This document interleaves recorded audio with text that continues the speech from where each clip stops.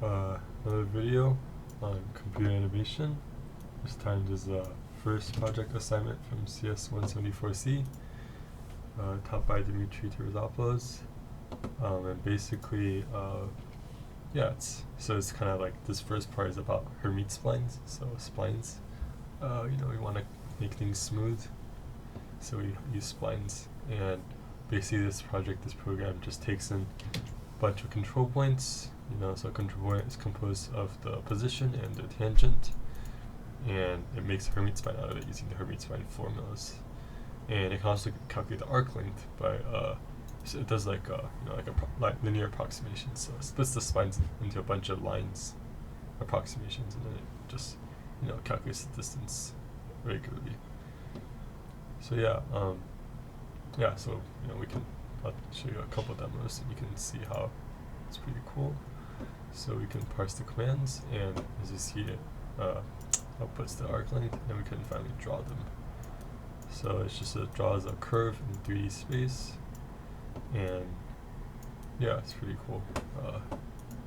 And we have another demo example. And we can parse the commands, and we can draw it. So this one's a different type of curve.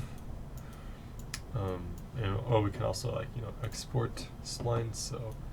So we entered a bunch of points, and we want to export so we can get the points. And we can also load entire splines into them, and we can also set the velocities of a lot of them and whatnot. So a lot of cool features, but pretty not too complicated, I think. So we'll see. And for the code, we can quickly skim over it. We have a curve shape class that actually draws the curve. Again, it does linear approximations, so it breaks your spline up into a bunch of pieces, and it just draws lines that closely approximate it. You give it a function, so it knows what its parameter t is. So it kind of just goes to the parameter t, and it just outputs the points and lines. We have a spline class that does the Hermite formulas for calculating what the curve should look like. So it's again, it's a polynomial, right?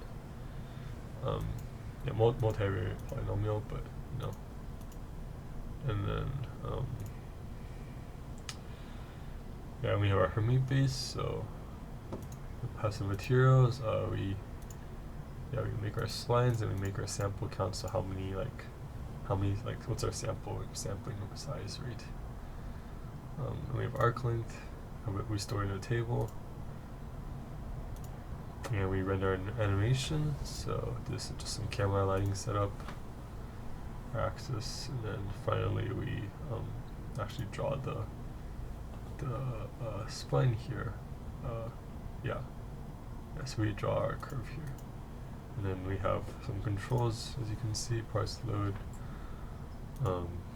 And we parse the lines, so taking an input. So we can add points, we can set tangents at the control points, we can set points, get arc lengths, a lot of things. So that's mostly it.